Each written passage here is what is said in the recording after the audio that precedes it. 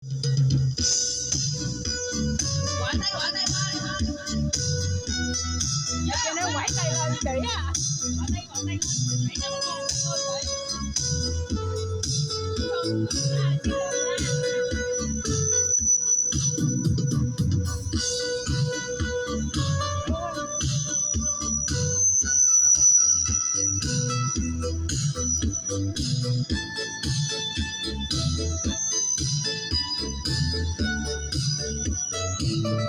rồi đúng rồi đó.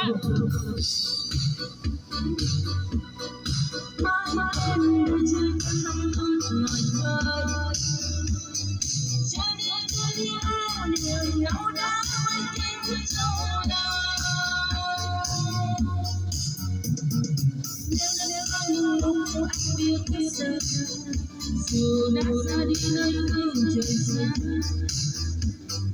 anh yêu ai ơi anh nhớ ai, trong trái tim em luôn âu về đây. Em còn rất tốt, em bắt gặp anh trong hoài mong. Em nơi đây với những vui buồn và tìm đâu giây thương nồng say. Đời thật buồn đó, từ lúc anh đi mang theo tình em. Trong cơn anh mong chờ anh với lời nhắn loài.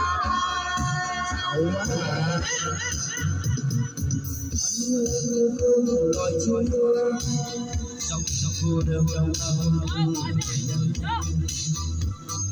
bay đi bay lời chim ta ngày càng lên trời.